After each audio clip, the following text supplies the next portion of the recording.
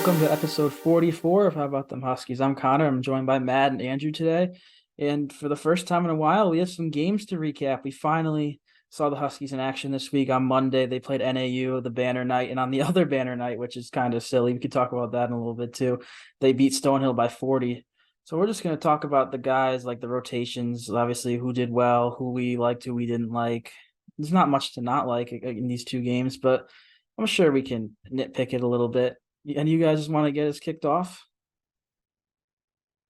Yeah, I'll definitely get us kicked off, and I'm definitely gonna start with a positive. Klingen for being hurt, question mark, looks really good. Like his footwork, I mean, it's Stonehill and NAU, so it's not the good centers will be going against like Baycott and Hunter Dickinson and Kalkbrenner in the rest of the season. But his footwork looks really good, way better than last year.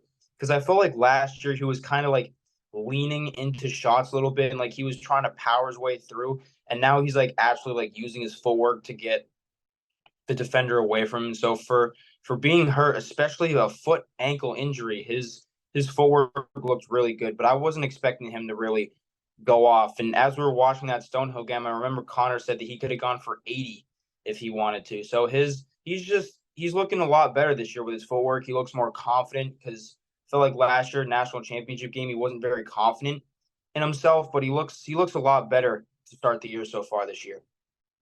I have to agree 100%, even with the injury. It's like night and day. He's a different player from last year. He just looks so much more confident as well. He isn't afraid anymore to kind of go up strong under the basket. His awareness has definitely improved. They got him under the hoop and had him do some Mikins because he looks great under the rim. His touch has been much better than last year, and he's going up strong. Nobody's really stopping him. He's being aggressive. You love to see it from Klingon. Yeah, I agree. You certainly love to see it, but at the same time, everyone who was guarding him the past two games don't even go up to his shoulder. So it's gonna against Indiana a week from today, I guess a week, 6 days from now, when you're seeing this, they have a front line 6'8", 6'9", 7 foot. So that's gonna be the real first true test. I'm not saying he won't do well, but I feel like he's getting all these. I said he could go for 80 because they're giving it to him. He's just turning and laying it in. There's no contest, and if you foul him, he kind of struggles with the line, but he'll make his free throws. But yeah, he only played 15 minutes each game and still put up double figures each time, which we're not surprised based off his production in low minutes last year. But obviously, in the first game, we'll go little game by game here. We'll start with NAU. Alex Caravan had a career high 22 points. He really looks like a different player. Last year, he's the guy that just stays on the perimeter. You got Jackson and Newton finding him for open threes. This year, he's obviously still taking his threes, but he's getting inside, driving to the hoop in contact, finishing down low. I mean, he's kind of a true power forward more this year, especially I feel like Klingon being down there. So if Caravan misses, Klingon just clean up his miss. He did that a lot too. Our offense, it felt like at times was throw up a jump shot. If it misses, he's putting it back, Klingon. So yeah, Caravan, he definitely improved in my eyes. I'm really excited to see him this year.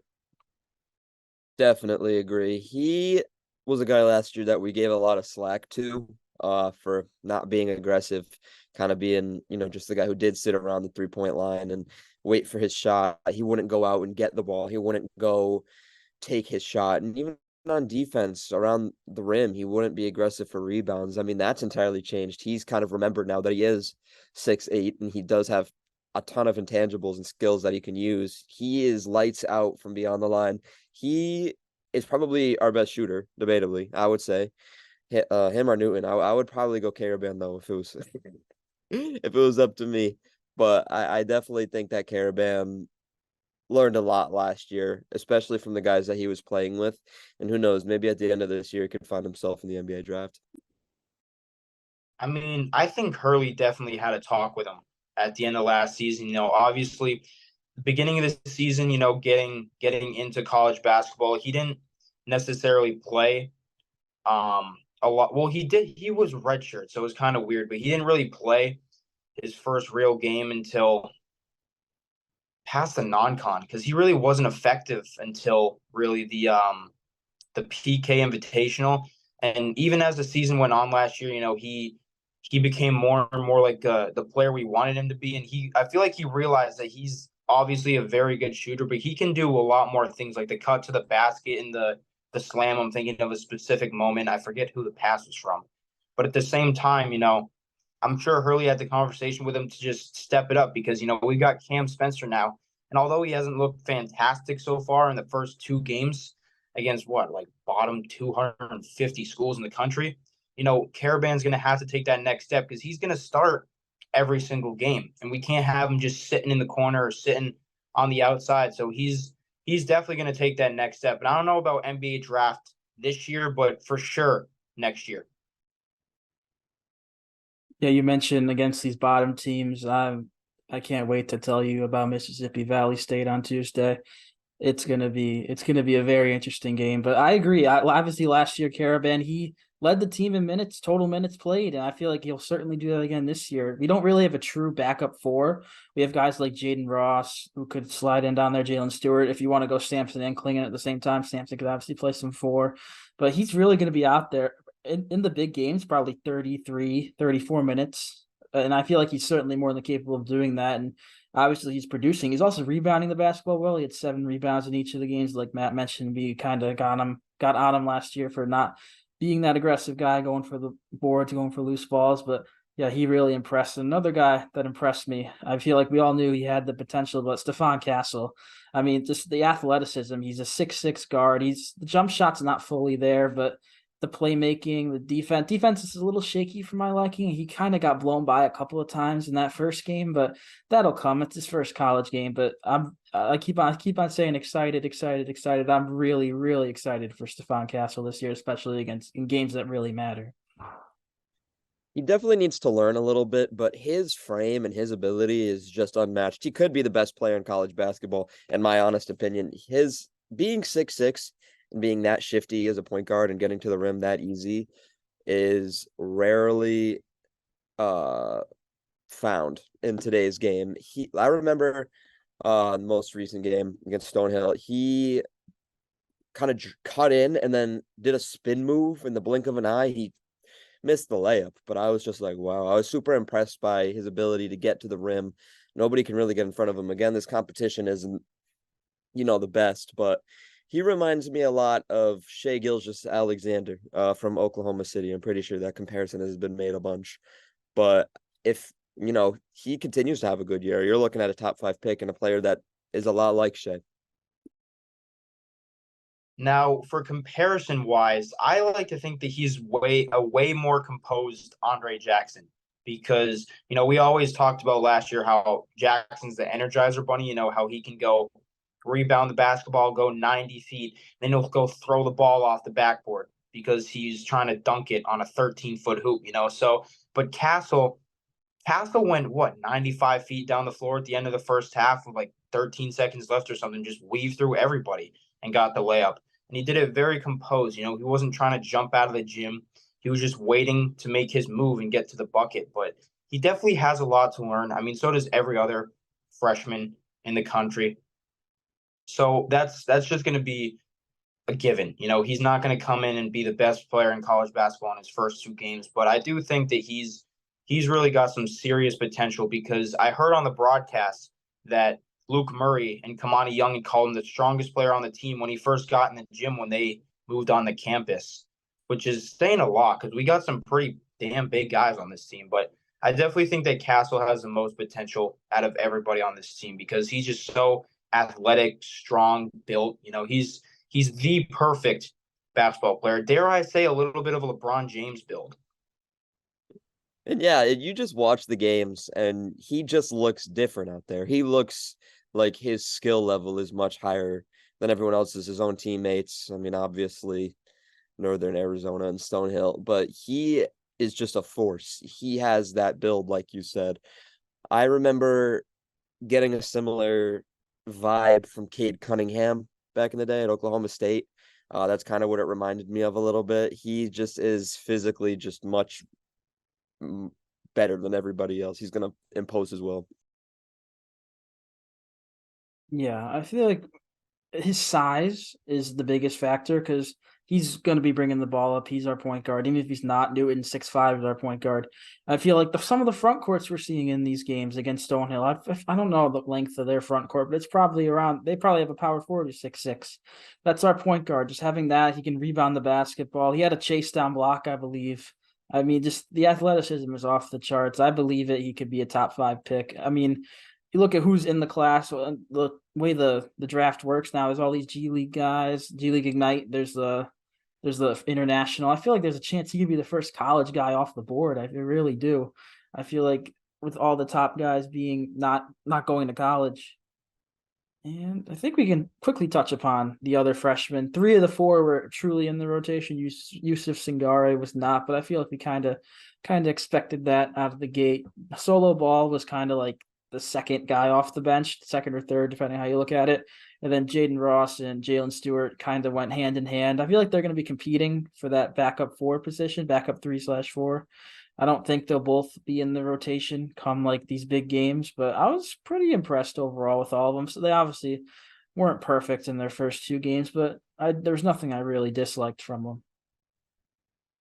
One thing I took from these 2 games is that I feel like Stewart is definitely going to be that second freshman option, honestly, over Ball, in my opinion. I felt like Stewart looked way more comfortable out there. I mean, he only took 2 shots in the second game, and the first game he took 3. So, I mean, he shot pretty well. He shot 2 of 3 the first game, and then what was it, 1 of 2 the second game. So he is, more consistent on his jump shots. Ross put more up, but I feel like Stewart is just more composed. He looks like he's been here before. He doesn't need as much time to get used to the game as I feel like Ross will. So I feel like Stewart definitely, that second freshman option that we have.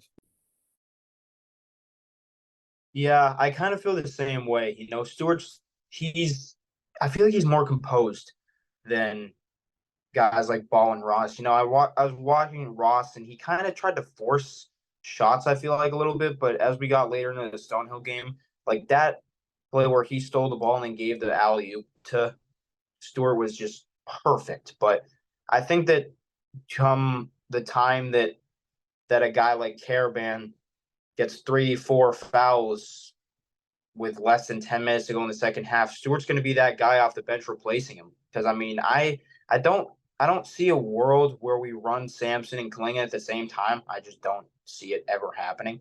So I feel like Stewart is going to be the guy to get that call because Ross isn't quite built enough to play the 4 position as opposed to Stewart, who is. But I've liked really everybody so far.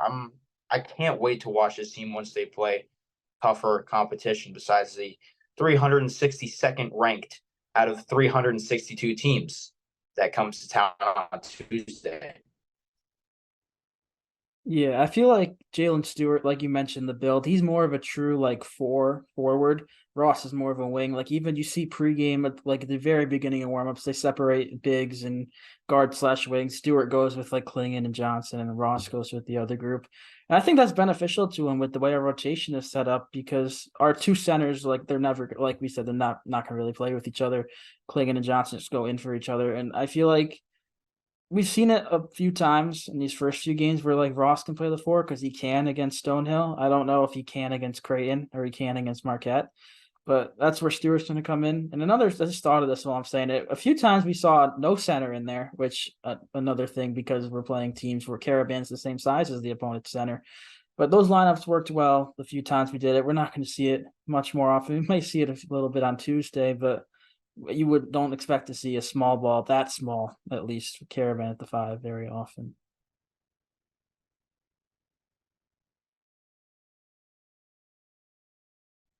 I just want to put one more point about the freshmen. So Hurley said something. I don't remember exactly what the quote was, but I think it was about how he didn't want the freshmen out there at the same time. And that's honestly understandable, especially for guys like Ball and Ross, because where they play AAU together, I believe.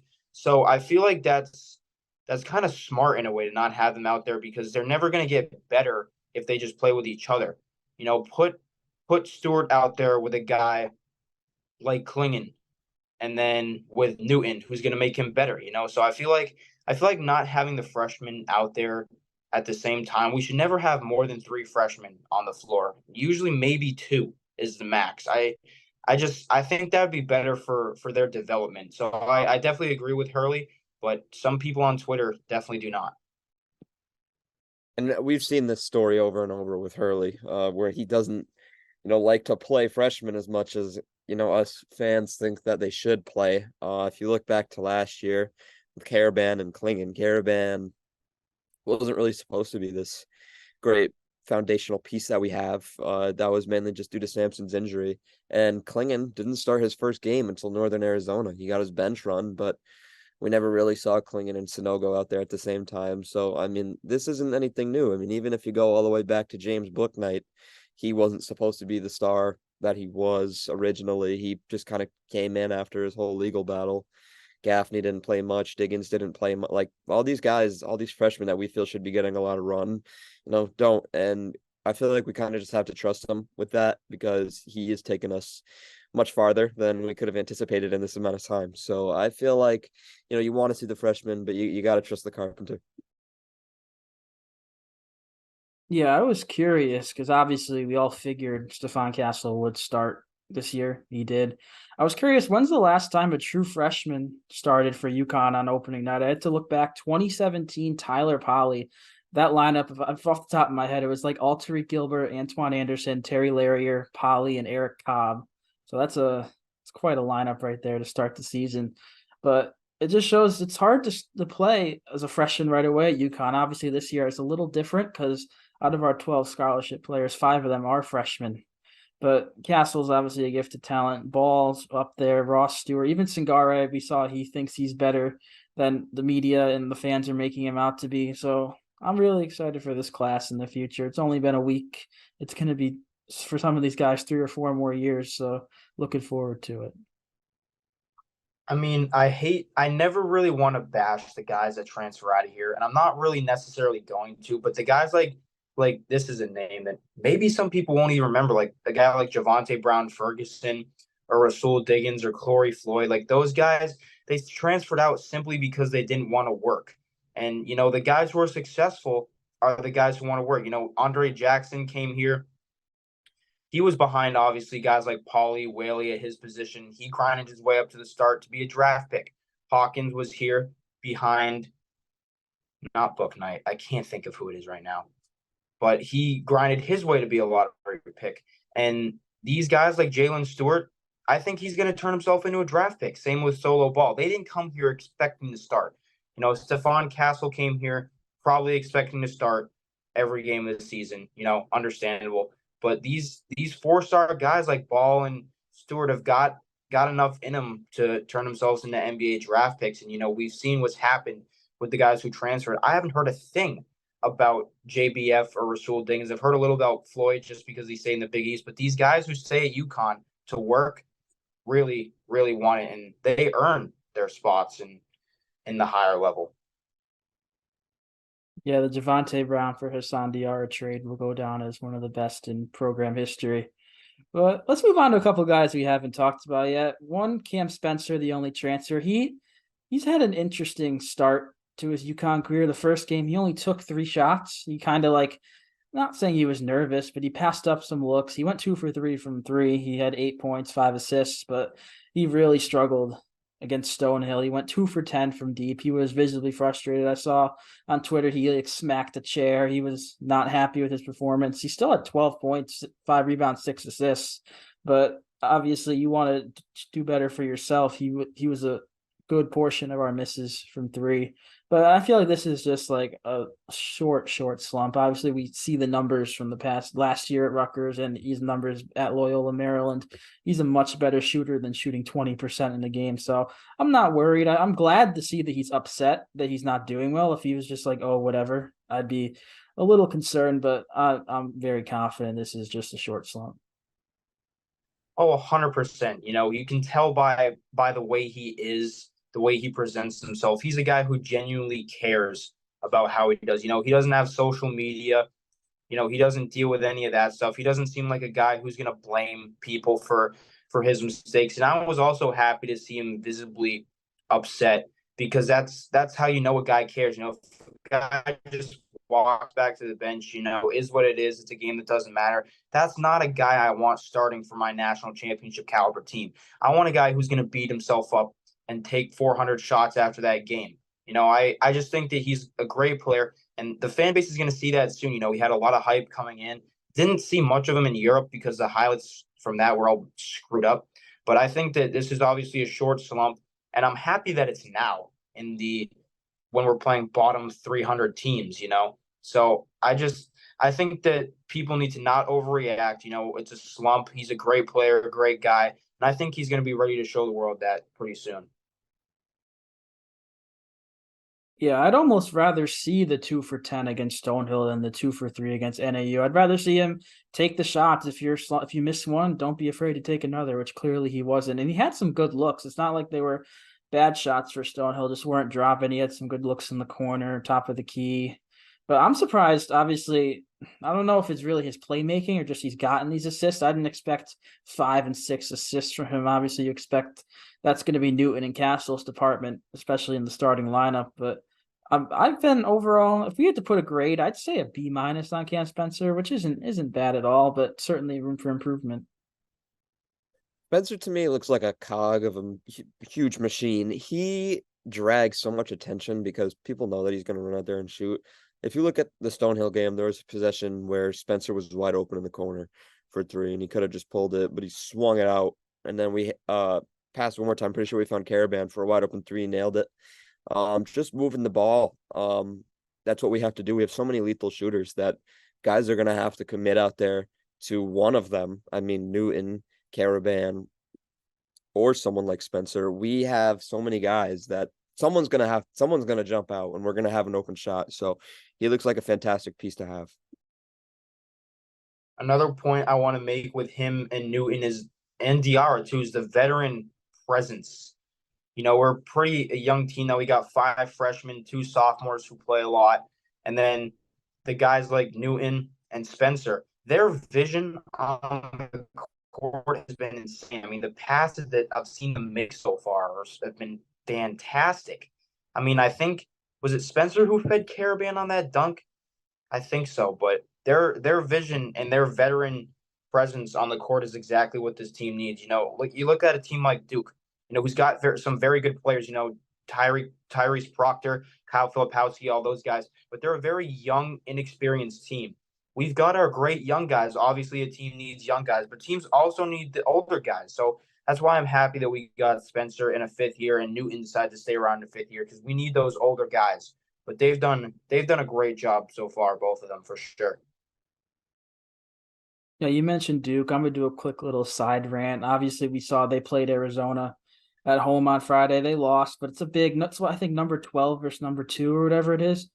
I really want UConn to have a home game like that. Obviously, not this year because we get Stonehill and Mississippi Valley State and Arkansas Pine Bluff, Manhattan. The list goes on. I feel like not that we got screwed out of a marquee non-conference home game, but it just kind of sucks that there's no real good opponent coming to UConn until 2 days before Christmas, St. John's on December 23rd. I mean, obviously we have a bunch of games at MSG beforehand that it's going to be bleed blue all throughout, but it'd be cool to see a program like a top 10 team come to Stores or even XL. I don't really care where, just to get that home experience against the top team when we're a top team. Yeah, I would have to agree with that. You know, you're seeing all these big games, and we have big games, and that's no doubt. I mean, we've got the Jimmy V where we play North Carolina. We've got the home and home against Gonzaga. We've got Kansas on the road, but I agree. I'd love to see a top team come in to Gamble Pavilion, especially for the students' sake. I mean, we're we're used to seeing the same team. I mean, this is Stonehill for the second time, UNH for the second time in 4 years, and then I've never heard of some of the other schools play. So it sucks to see that there's these huge games, and then we've just got teams that we could beat with our walk-on as the starting lineup. You know, so I agree. I'd love to see a big name program come into Gamble Pavilion at some point in the next couple of years. Yeah, all these neutral site games are taking over the sport. Like the biggest game on Tuesday this past week was number 20 Baylor versus Auburn. That game was in South Dakota. So it's just I don't understand. I mean, this is a side rant. We're gonna move on in a second, but like the Gonzaga series, how instead of playing at MSG in Seattle, I'd be fine going to Spokane if I'm the Huskies if they come to Gamble. I mean, I just feel like I don't know. I don't get it. We're just gonna move on. We haven't really talked too much about Tristan Newton. We mentioned him in passing a couple of times, but he had some pretty good games, especially against Stonehill. He made a bunch of threes. He finished with a team high 22 points, one off his UConn high. And like a few of us mentioned, we had him as our team MVP for this year because he's going to take up a larger scoring role. I definitely see the flashes of that. He's not with Castle. He doesn't have to. He can play off the ball more, which he has been doing. He's still getting his assists. He had 5 steals against Stonehill. I mean, Tristan Newton is the guy. He's kind of the X factor of this team. We mentioned like the St. John's game last year. He had some rough games where he went scoreless in that one. I don't envision any scoreless outings from Tristan Newton at all this season. I feel like even though he was a senior last year, he's a grad this year. I still feel like he's matured a bunch since then, and he's a very, very crucial cog. And another guy, I guess we could quickly talk about before the last guy who I really want to get into. We can get into Asandiar real quick. There's not much to say. He just does his role. He scores a couple of points, gets a couple of assists, plays good defense for his 10 to 15 minutes off the bench. He's going to be important, especially in these bigger non-conference games, because our bench is pretty much outside of the center, Sampson. It's Hassan and freshman. So you're going to need the veteran like Diarra to guard some of these guys, and you're more comfortable going to him, even if he doesn't provide too much on the offensive end. The defense certainly makes up for it. And finally, the guy who surprised us the most, I feel like I could say, speaking for you guys, Slamson Johnson, 8 dunks in the first 2 games. He's shooting, 82% on the season. I mean, we all knew. I remember, Andrew, you said there's a question mark, exclamation point, that emoji next to his name going into the year. We don't know what we're getting. Well, if this is what we're getting, I've heard people say this duo, Klingon and Sampson, could be better than last year, Sonogo and Klingon, which there's reasoning for it. I mean, this isn't my claim. I've seen it. I can back it up after you guys talk, but I feel like there's certainly a chance that could be the case. Well, I mean, I want to point out one thing in particular, and it's that specific play against Stonehill when he first came in. He got the insane block, and then he sprinted his ass right back up the court and caught a pass inside and absolutely slammed it. And that's just, I mean, that's a hustle play. You don't see a lot of guys doing that, especially in this day and age in college basketball. The guy gets a block, they're going to go like this or something like that, start pounding their chest, something like that, and then they'll be late back to the play. Sampson doesn't give a damn about any of that. He made the play and he busted his ass back up the court and then made a great play inside. So that's what I love to see. I mean, I'm not being an old head here and saying that celebrating isn't cool. Obviously it is, but I really like seeing him make these hustle plays because I think we need somebody to do that because, Klingon obviously isn't that fast up the court and Sampson's got legs that are probably taller than I am. So I really like seeing him hustle up the court and make those plays. Yeah, Samson brings a kind of identity to this front court that we haven't had in a little bit, which is just someone who's super athletic who can go up there and catch almost any lob. And, even if he needs to, he could step back and hit a 3. We haven't seen any of that so far, but I don't know if it would be better than the front court last year. I mean, we didn't really see much of Sonogo and Klingon together, which I really wanted to see. Just slap Sonogo at the 4, but I feel like they are more dynamic. They can do more this year. There's more going on. And it's going to cause fits for opponents. I don't see where you kind of step out. They're both crazy tall. It's just going to create matchup nightmares for everybody. Yeah, you said it with the matchup nightmares. I feel like I said this duo could be better than last year's duo. I'll kind of explain what I think the reasoning is, at least. Obviously, I feel like everyone's saying Klingon this year will be better than Sonogo last year. And Sampson will be at least as good as Klingon was last year off the bench, which I can certainly see that as of now. There's no reason to compare them. I feel like that could only just start controversy or drama. I mean, I'm just surprised it took this long for Sampson to get on the court. Obviously, he was hurt last year and didn't really get a spot, but we've had this guy in our hands. Obviously, he was a starter last year. We know he's capable, but he didn't. Once he was healthy and around January, he wasn't in the rotation really at all. But I mean, obviously, we saved him. Luckily, he stayed with us. I mean, imagine a guy with that talent decides, like Rasul Diggins, who was in his same class, I'm gone after 1 year. If we lose that, I mean, I'm just happy he stayed. I'm sure he's happy he stayed because of what he's doing now. We only need him. Actually, that's a lie. I was gonna say we only need him 15 minutes a game. I feel like him and Klingon are gonna be kind of half and half with the center minutes, especially early on. Klingon hasn't played more than 15. He probably won't this next game either. He might. We could sit Klingon and win by 40, but yeah, I'm curious to see how that minute distribution is set up. Like we said, I don't think they'll play together much. It'll probably be maybe Klingon 22, Samson 18, somewhere in that ballpark. I mean, yeah, this next game against Mississippi Valley State, I guess it is, it's going to be a weird one. Like, I feel like we're going to see a lot of Samson really see what he can do. I don't think he's going to necessarily sit Klingon, but I feel like this is going to be a game where we really see Samson play a lot because I don't think it would be smart to leave our starters out there for a long time because this is just, I mean, for God's sakes, we're not DePaul. We're not going to lose to whoever they lost to. But it's, I mean, aren't they ranked 362nd out of 362? Like, aren't they the bottom of the barrel? Like, is that right, Connor? Yeah, on Yeah. So KenPom, which I is the feel site like, I use. yeah, I just don't.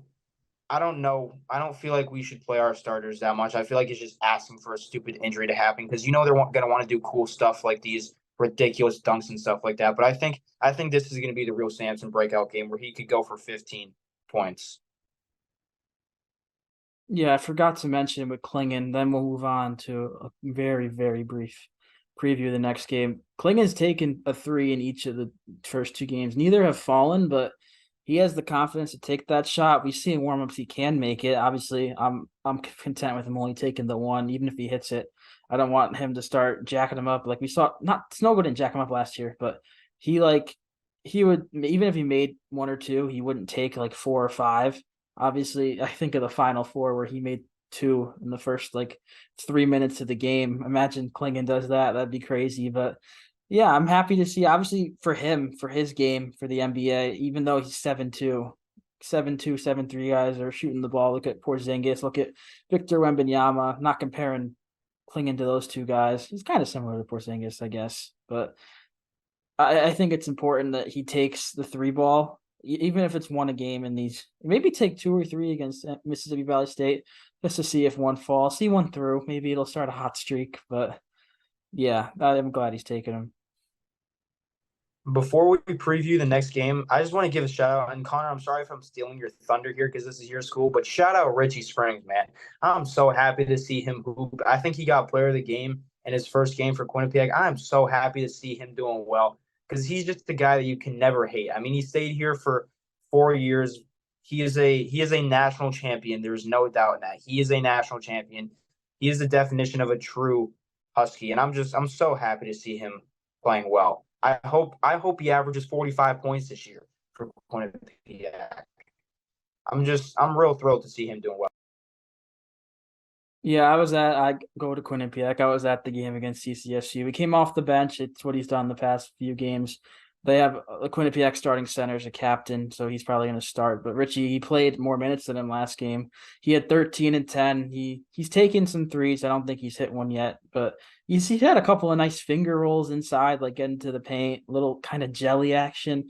I mean, I'm just happy. Like he says it too. He's happy to finally show his skills off, and he's a decent player. I feel like he's a guy that could potentially average a double-double in the MAC, but we'll have a full dedicated episode maybe a few weeks from now once there's more stats talking about all of the former Huskies like a Javante Brown. I don't even know if he's still in college basketball. He's not at Texas A&M.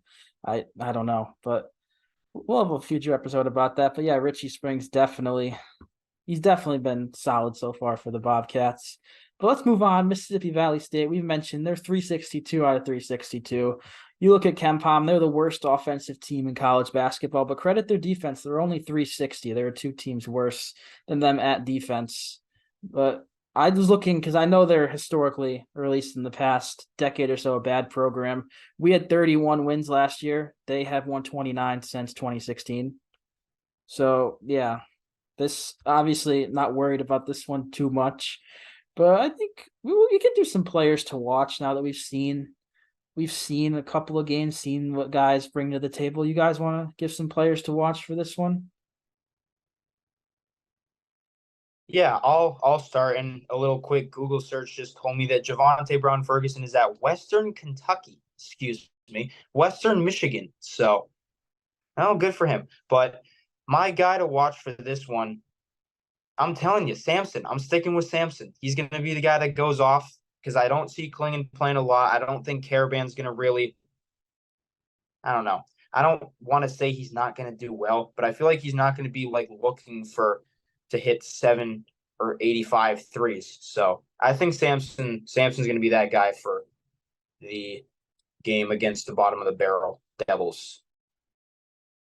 I'm gonna go with Cam Spencer, just because I'd love to see him, get a little more consistent on his threes, get more points up there. Show, with the player that he really is, I guarantee you it's all he's been practicing this week. I can guarantee you, just getting more shots up every day, and because you don't want to repeat these performances. So I'm gonna go with him. I think he has a big game. You stole Cam from me. I agree. I feel like he's due, but I'm gonna go solo ball. I feel like the consensus was it's Castle, then it's Ball, then it's the others going into the season. Especially looking at like the rankings, he's the second highest freshman. He hasn't been incredible so far. He's had solid games. He had 7 points last game. I feel like he can maybe sneak into double digits, especially if he gets more minutes, because we don't need Tristan Newton to play 26 minutes like he did, or Cam to play 27 minutes like he did against Stonehill. I just don't see that being the case. I know, obviously, we mentioned we're going to see more freshmen in these first few games. That kind of hasn't been the case. I feel like this game is going to be the exception against such a poor opponent. And I hope there's no Mississippi Valley State fans that are checking out our preview to see what we're saying, because we are not being kind. But obviously, in the first episode, we did the little will UConn cover. I feel like I'm the only one who said they would, and they did. So I'll take a point there. But there's no line yet for this one because it's a couple days out as opposed to the day before. I wouldn't be shocked if it's like UConn minus 45 at least. And They're I going to wouldn't be, cover it. Whatever it is, they'll yeah, cover I it. wouldn't be surprised if they covered it. Like, I mean, I'm surprised they even won by 40 against Stonehill. I expected that to be in the 30, like low high 20s, 30 range, kind of like NAU. But yeah, I'm excited for this game because it's the last one before we get some real games. Hopefully, two real games and not one real game. Hopefully, we don't play Louisville at MSG because they are bad. They lost to Chattanooga at home already this year. Yeah, it's ugly for Louisville. So hopefully we beat Indiana and Texas takes care of business versus Louisville. But we're gonna have a preview for the Empire Classic later this week, a proper one. So we're not gonna get into that now. And unless you guys have anything else, I think we're done here. I mean, we've seen two games. The teams look solid. But you got something, Andrew, before we wrap up? One last thing. So being back in basketball season means that I'm gonna keep coming up with my stupid UConn Twitter moment kind of thing for these two games, and I spend way too much time on there. But that's besides the fact. And this tweet is gonna come from Mr. Hotballs, and I believe I sent it to our group chat, but it's it's something like our offense is basically give the ball to Klingon and have fun figuring that shit out, which is basically true. But I feel like that's not gonna fly once we play. Like once we get to the Empire Classic, I don't think that's gonna fly. We're not just gonna be able to give the ball to him and he's just gonna put it in because we're gonna play centers like Baycott, Dickinson, Kalkbrenner, Soriano, guys like that. Even though Soriano's undersized, but I just I feel like Klingon should be using this time to get as much points as possible.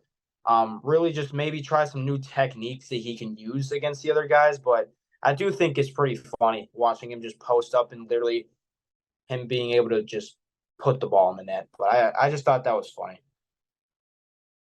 Yeah, versus NAU, obviously we knew that was certainly a minutes restriction for him. He played probably 3 minutes before going to the bench. He had 8 or 9 touches down low in those 3 minutes. So that the game plan obviously was Klingon's on the floor. We're not going to waste his time with coming back from the foot injury. We're not going to have him just do cardio. We're going to have him get going, and he did get going. And I feel like he'll be pretty close to. I don't know. He probably is fully healthy now, honestly, but he'll probably certainly be fully healthy a week from today when they play Indiana. And yeah, I think that'll just about do it here. Episode 44. I know I mentioned we would do one in between the last two games. We didn't. I can guarantee we will do one between Mississippi Valley State and the Empire Classic. I'm not going to lie to you guys again. But we just felt like we could combine the NAU and Stonehill games. They wasn't too much to talk about. But at the same time, there was. But Yeah, you can look for another episode later this week. Hope you enjoyed this one, and thanks for watching.